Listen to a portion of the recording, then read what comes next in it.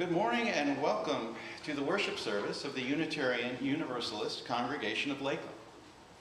My name is Ken Wechter. I use the pronouns he, him. We are glad you're here, whether in person or virtually.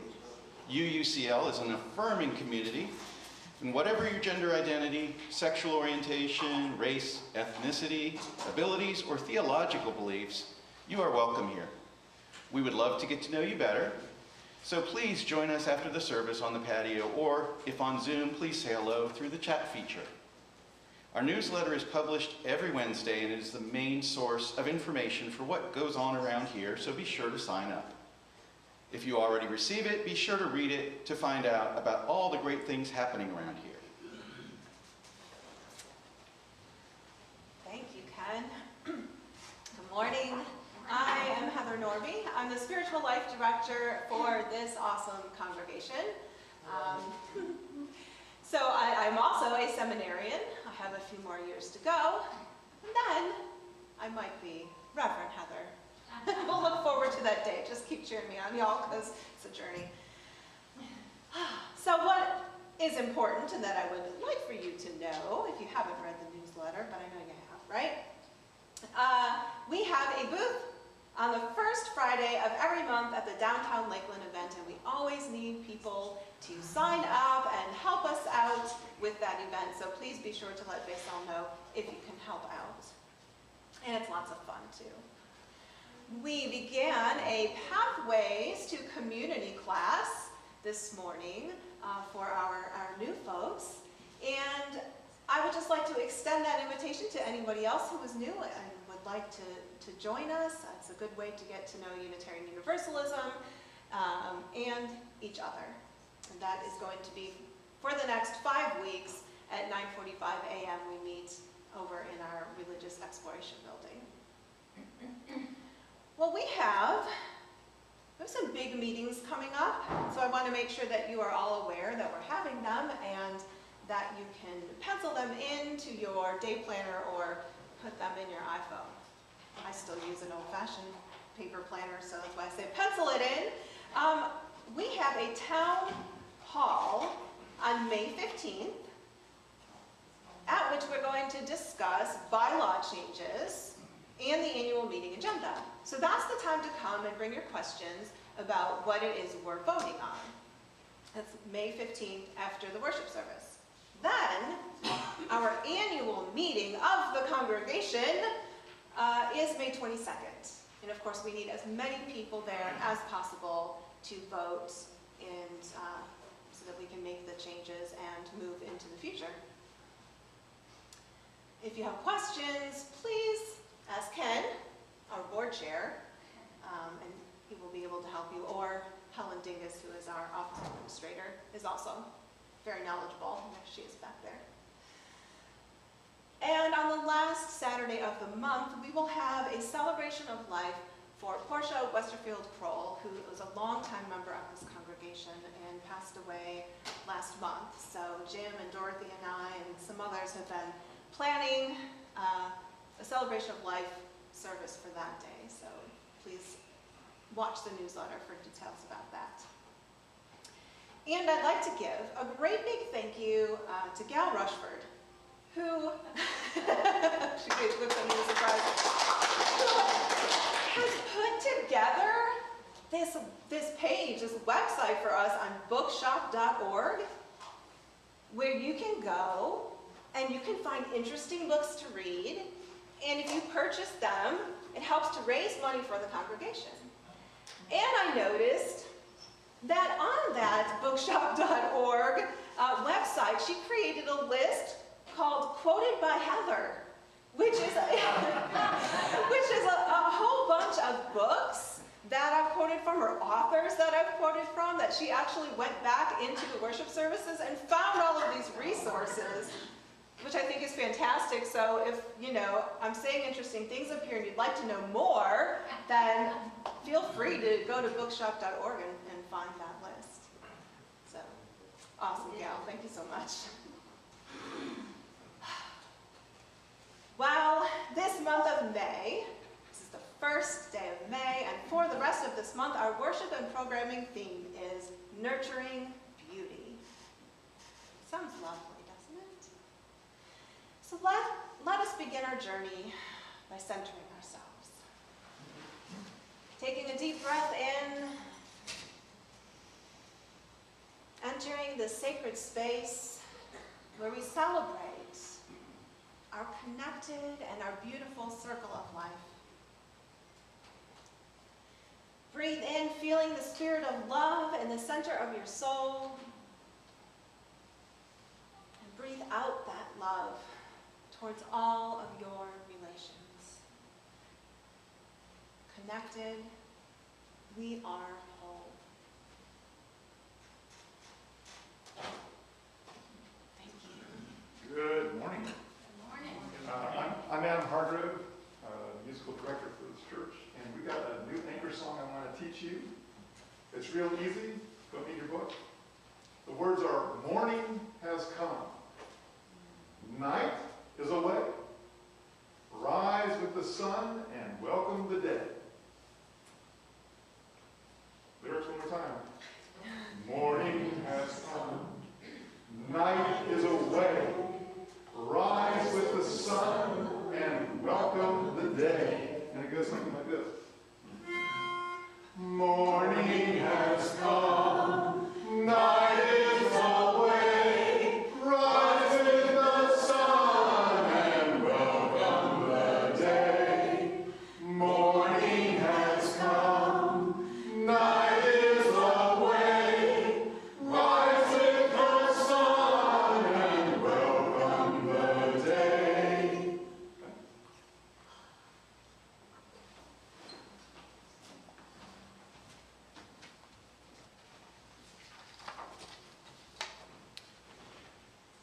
Our opening words are Let Beauty In by Reverend Rebecca Savage. Let beauty in. Let beauty in like waves lapping on the shore, covering the beach with foamy glee and soaking the sand like an embrace. Let beauty in. Let beauty in like the first sunshine after a cloudy day, filling hearts and homes with a radiance that brings delight. Let beauty in. Let beauty in like a wrapped gift from the Spirit of life herself, as she offers to us, behold what creation can do. Behold, this is love made real that you can touch, taste, and smell all around you. May all that is pleasing and exquisite be nurtured here in our time of worship. May the magnificent pull towards all that is divinely pleasing, hold us close. May the sacred pulse within this space as we welcome in beauty.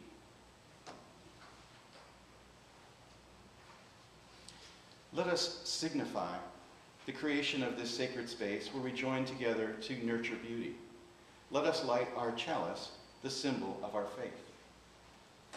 Today our chalice lighter is Sandy Persons.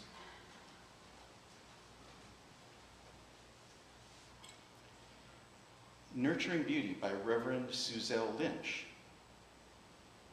Our community is filled with beauty. When you open the door to greet me, that's where the beauty begins. When you share with me what's important to you, beauty is there as I listen. When we join hands to practice compassion, beauty's heart blooms like a flower. When we teach or learn or work for justice, beauty abounding sparks joy in all. Let's light the chalice for beauty now. The beauty we seek, the beauty we share, the beauty we nurture together. Please join us in singing and signing Spirit of Life, hymn number 123.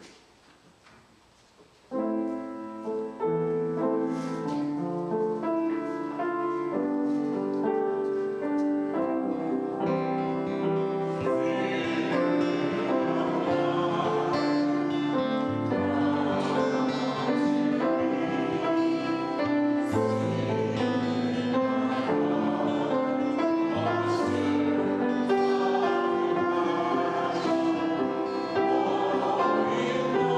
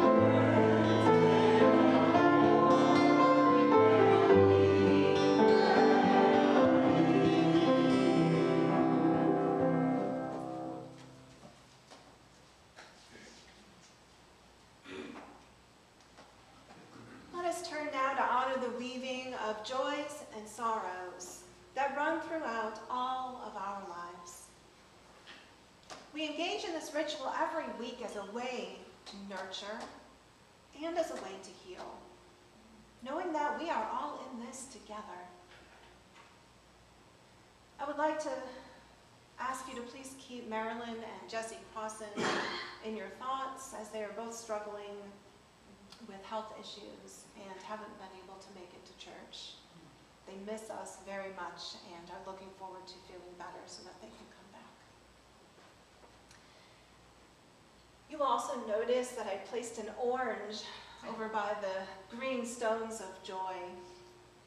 This is an orange from our orange tree outside that was planted in memory of our longtime member, Faye Moore, who passed away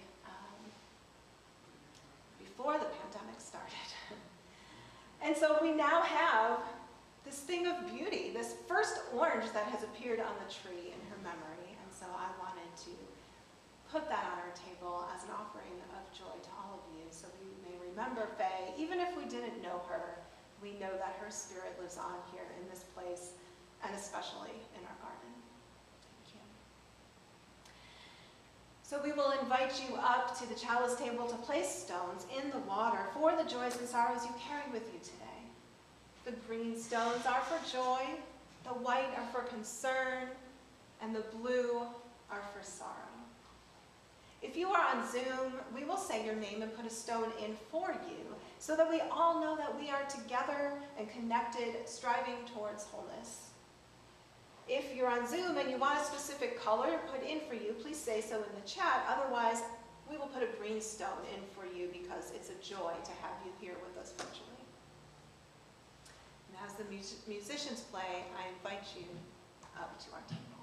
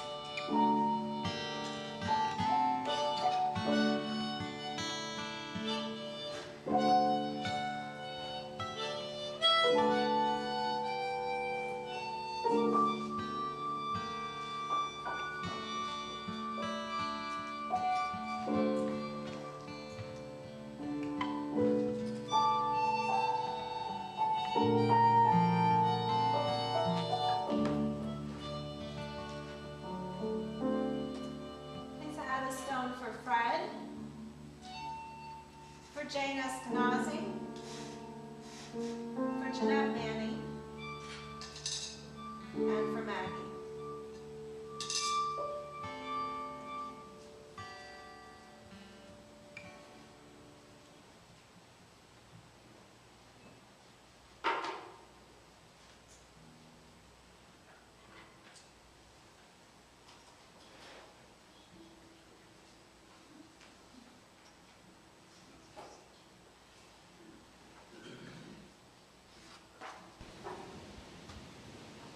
What is beauty? What is beauty? What is beauty?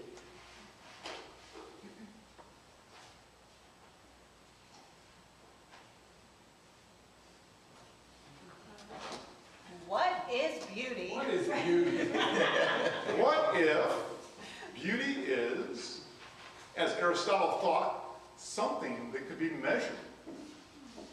The chief forms of beauty are order and symmetry and definiteness, which the mathematical sciences demonstrate in a special degree, he wrote in Metaphysics.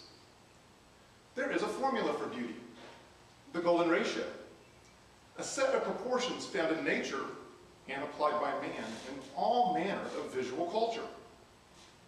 What if beauty is objective, conjured up with rulers and mathematical formulas?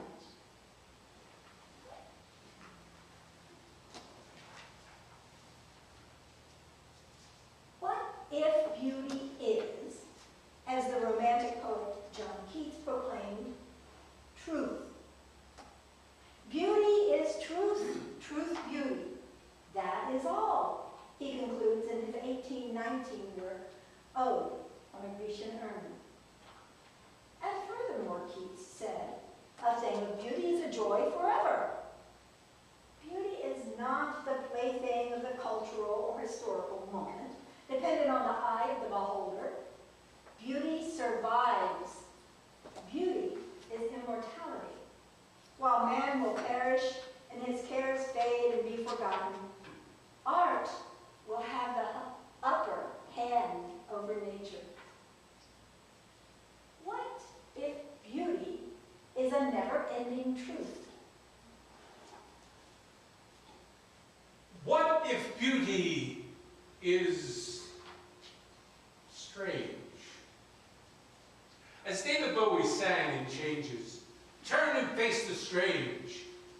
And surely Bowie was a testament to the power of creativity and the transformation that can happen with beauty.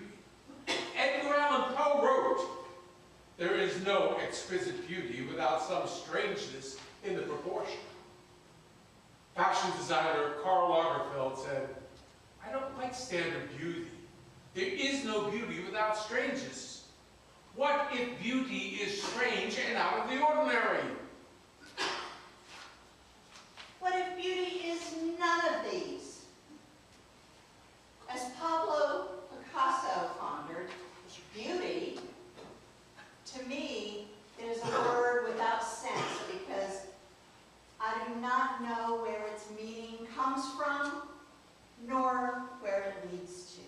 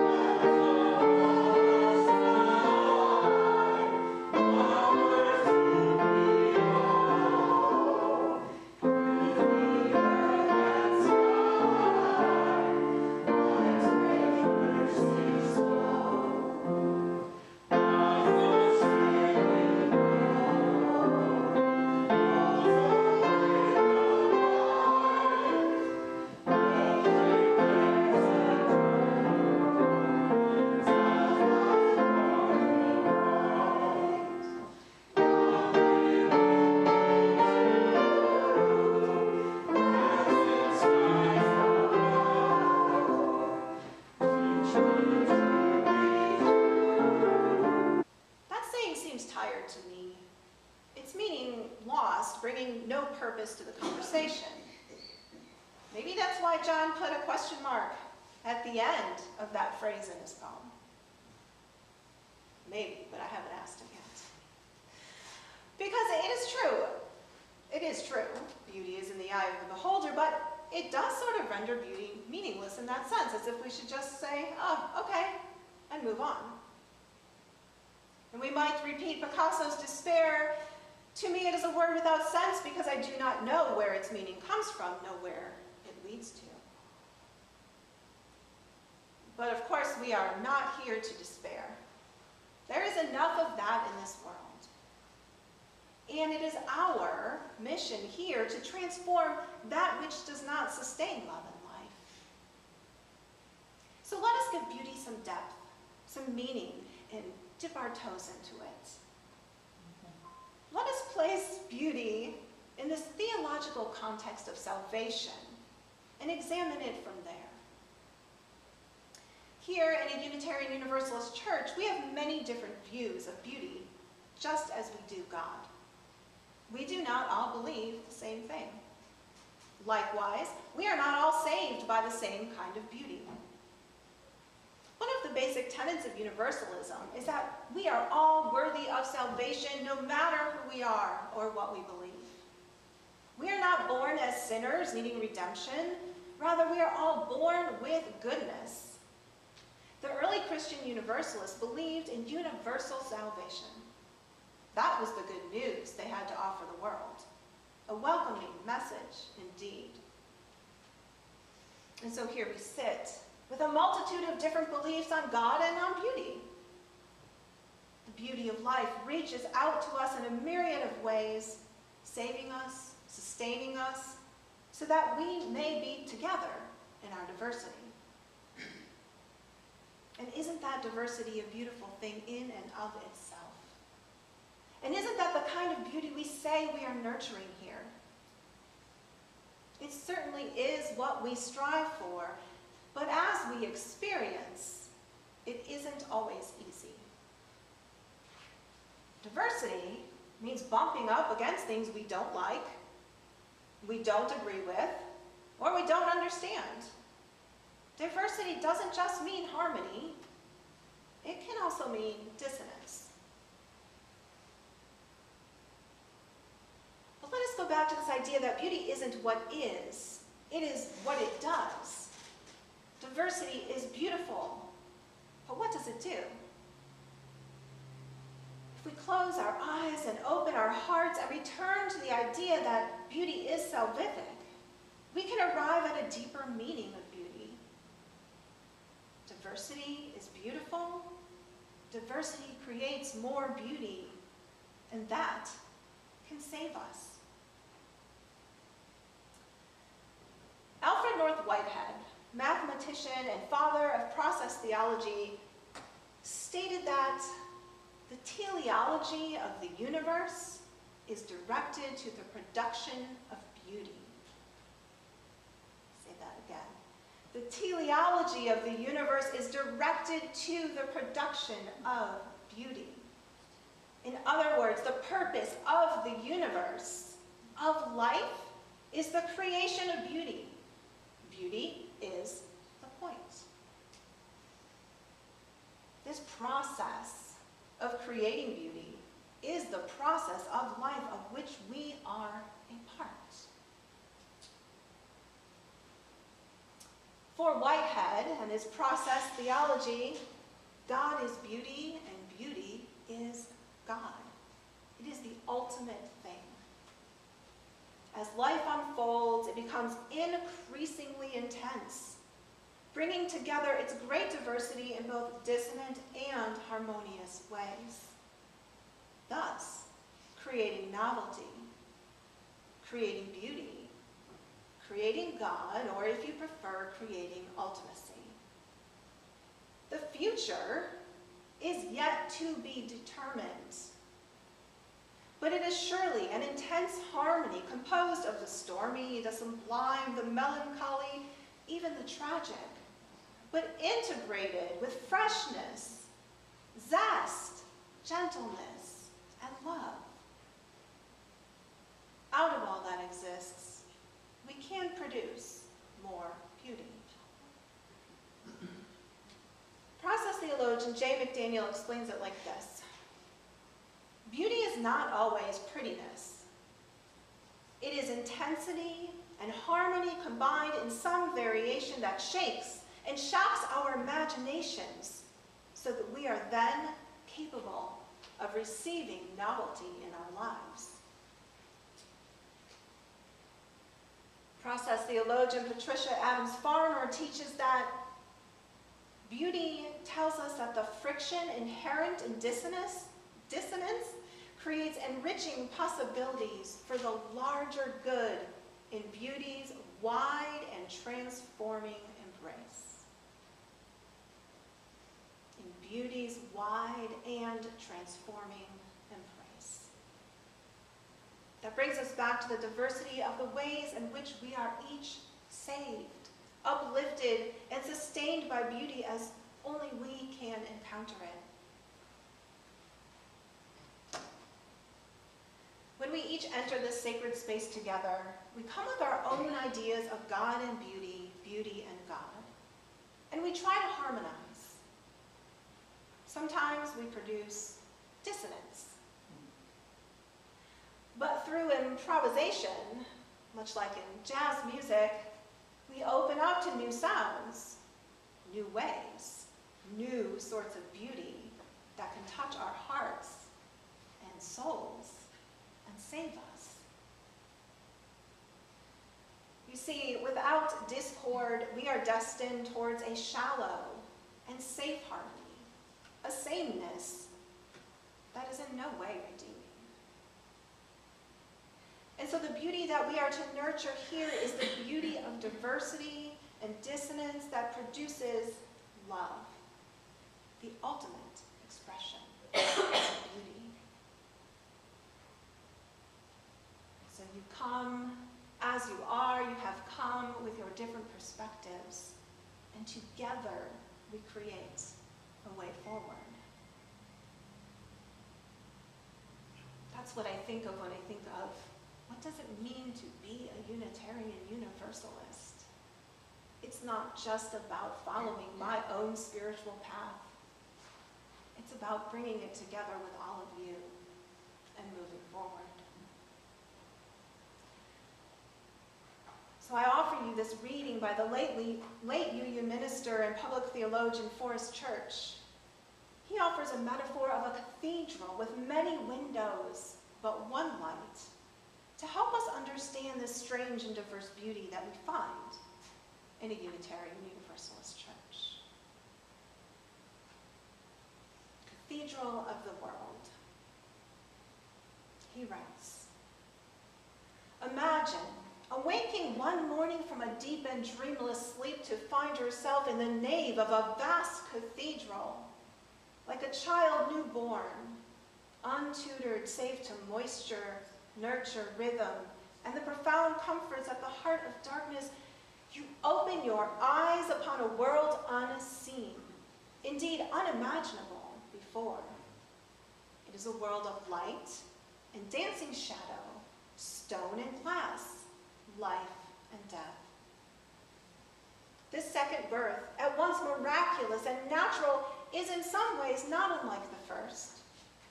A new awakening. It consecrates your life with sacraments of pain you do not understand and promise joy you will never fully call your own. Such awakenings may happen only once in a lifetime, or many times. But when they do, what you took for granted before is presented as a gift. Difficult, yet precious and good. Not that you know what to do with your gift, or even what it really means, only how much it matters. Awakening to the call stirring deep within you, the call of life itself, the call of God, you begin your pilgrimage. Before you do, look about you. Contemplate the mystery and contemplate with awe. This cathedral is as ancient as humankind. Its cornerstone, the first altar, marked with the tincture of blood and stained with tears. Search for a lifetime, which is all you are surely given, and you shall not know its limits. Visit all its transepts. Worship at its myriad shrines, nor span its celestial ceiling with your gaze. The builders have worked from time immemorial, destroying and creating, confounding and perfecting, tearing down and raising up arches in this cathedral, buttresses and chapels, organs and theaters, chancels and transepts, gargoyles, idols, and icons. Not a moment passes without work being begun that shall not be finished in the lifetime of the architects who planned it, the patrons who paid for it, the builders who constructed, or the expectant worshipers. Throughout human history, one generation after another has labored lovingly, sometimes fearfully, crafting memorials and consecrating shrines. Untold numbers of these collect dust in long, undisturbed chambers. Others, cast centuries or eons ago from their once respected places, lie shattered in shards or ground into powder on the cathedral floor. Not a moment passes without the dreams of long-dead dreamers being outstripped, shattered, or abandoned, giving way to new visions, each immortal in reach, ephemeral in grasp. Welcome to the cathedral of the world. Above all else, contemplate the windows. In the cathedral of the world, there are windows without number, some long forgotten, covered with many patinas of grime, others revered by millions, the most sacred of shrines. Each in its own way is beautiful. Some windows are abstract, others representational, some dark and meditative, others bright and dazzling. Each window tells a story about the creation of the world, the meaning of history, the purpose of life, the nature of humankind, the mystery of death. The windows of the cathedral are where the light shines through. Because the cathedral is so vast, our time so short, and our vision so dim, over the course of our pilgrimage, we are able to contemplate only a tiny part of the cathedral, explore a few apses, reflect upon the play of darkness and light through a few of its windows. Yet, by pondering and acting on our ruminations, we discover insights that will invest our days with meaning. A 21st century theology based on the concept of one light and many windows offers its adherents both breadth and focus. Honoring multiple religious approaches, it only excludes the truth claims of absolutists. That is because fundamentalists claim that the light shines through their window only. Skeptics draw the opposite conclusion. Seeing the bewildering variety of windows and observing the folly of the worshipers, they conclude there is no light. But the windows are not the light. They are where the light shines through. We shall never see the light directly, only as refracted through the windows of the cathedral. Prompting humility, life's mystery lies hidden. The light is veiled. Yet, being halfway in size between the creation itself and our body's smallest constituent part, that we can encompass with our minds the universe that encompasses us is a cause for great wonder. Awakened by the lights, we stand in the cathedral, trembling with awe.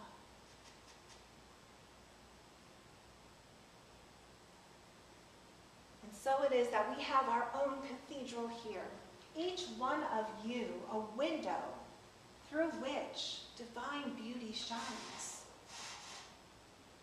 As Unitarian Universalists, we nurture the beauty that is our diversity recognizing that a shallow and safe harmony is not beautiful.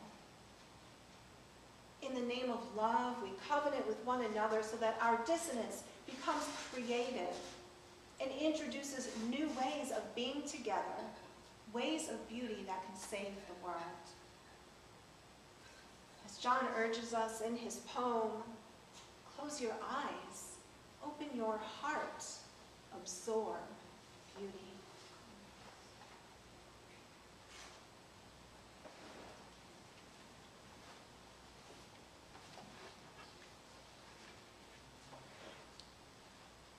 We have now come upon the moment when we can share our treasures with this community as an act of faith. When we each give what we can back to life, we serve a greater good, creating a powerful beauty that can change the world. Before we pass the plates, we invite Brandon Knuckles up to share with us why he gives to this UUCL community.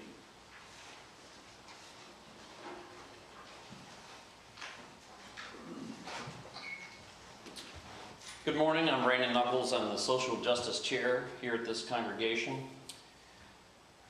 Why I give, and I do a lot of things around here and have done from the first day I set foot on this property and decided I wanted to be a member of this congregation. I started painting. I've been on the board as the chair. I have labored, I've done, volunteered. I give more of my time probably than my money, because I have a lot more time probably than money, and some qualities and benefits and things that I am good at. But the thing that I appreciate most is I get more out of this congregation, get more out of it than I put into it. And this is also being gay. This is a home and a safe community for all LGBTQ people, and I cannot tell you how much that means to us. To where we come to a community and we are accepted for who we are. Our partners are accepted. We don't have to explain ourselves to you. That, more than anything, perhaps, I appreciate. Thank you. While our ushers pass the plates for your offering, our musicians will serenade us.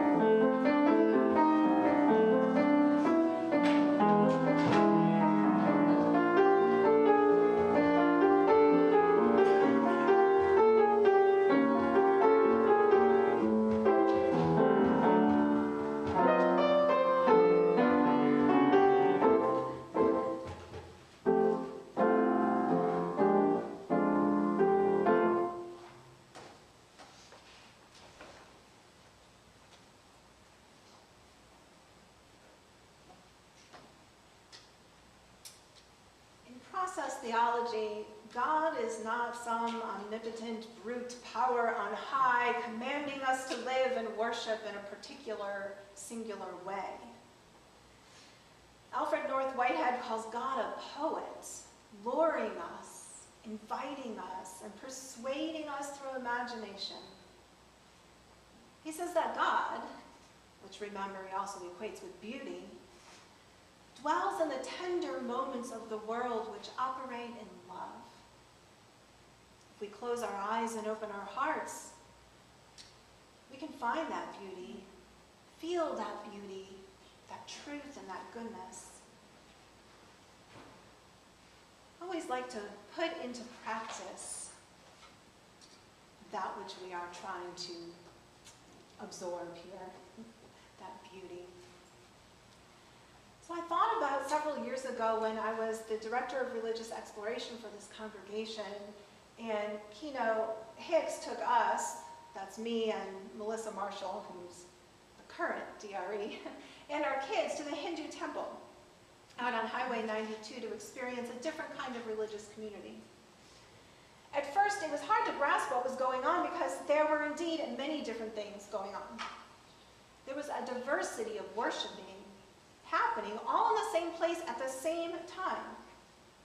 Some people were doing yoga. Some people were smudging and walking around the statues of the deities.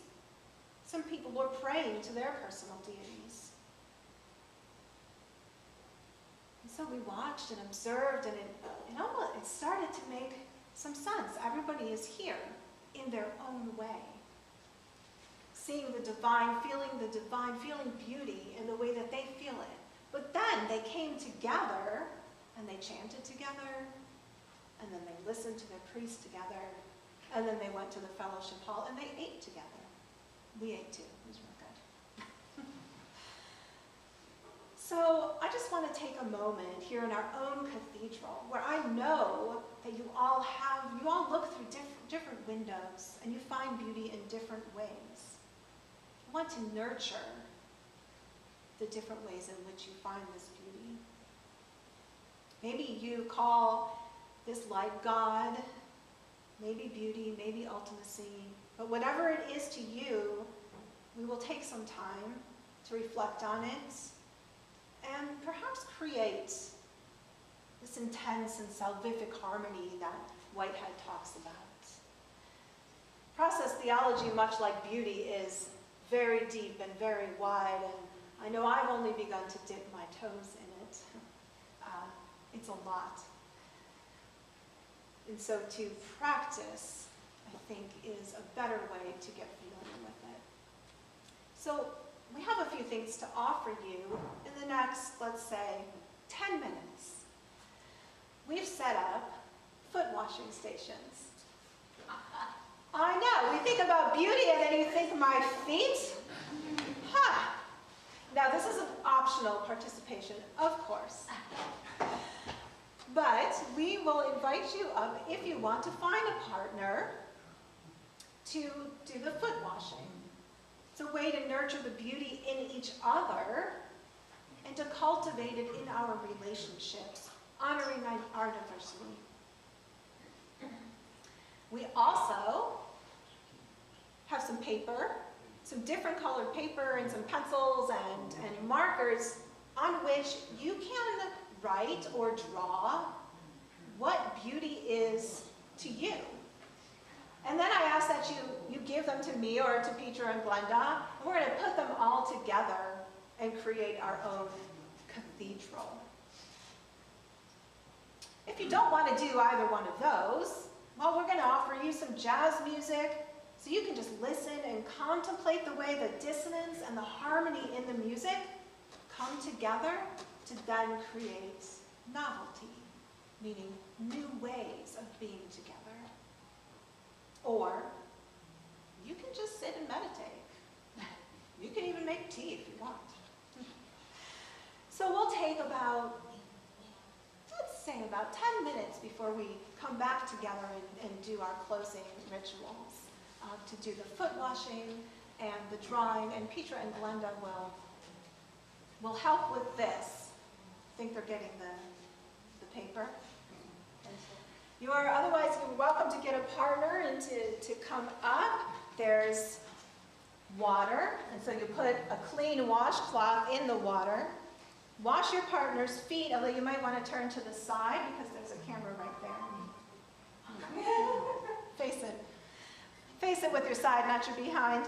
And then dry your partner's feet, and then just make a dirty pile here, and then the next person can take from there and go that way. There's one over there as well.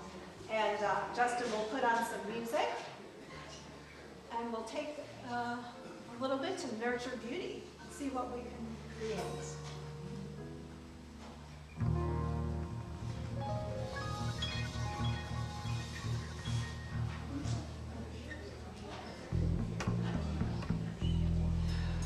Don't be shy, no feet are Okay.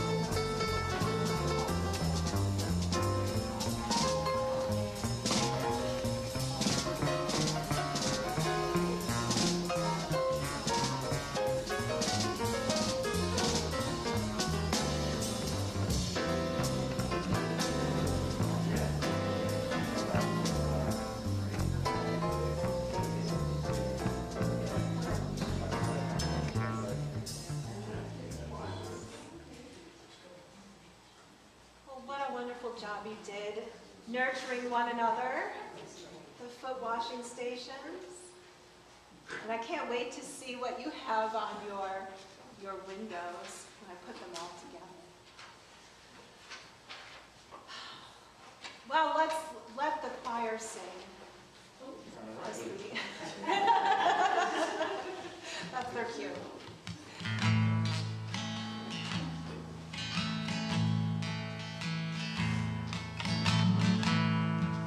Oh, the beauty in a life.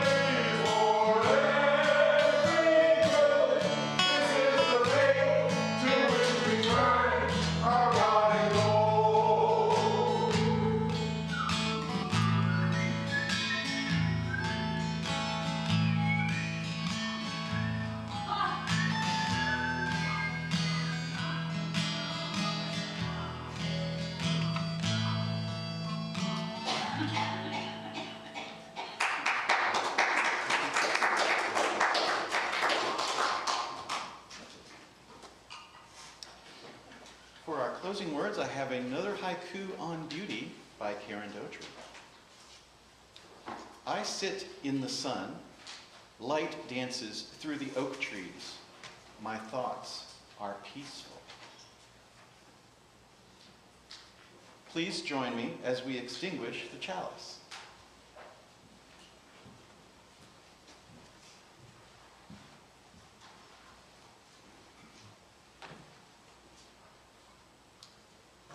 We extinguish this chalice, but not the light of truth, the warmth of love, or the fire of commitment.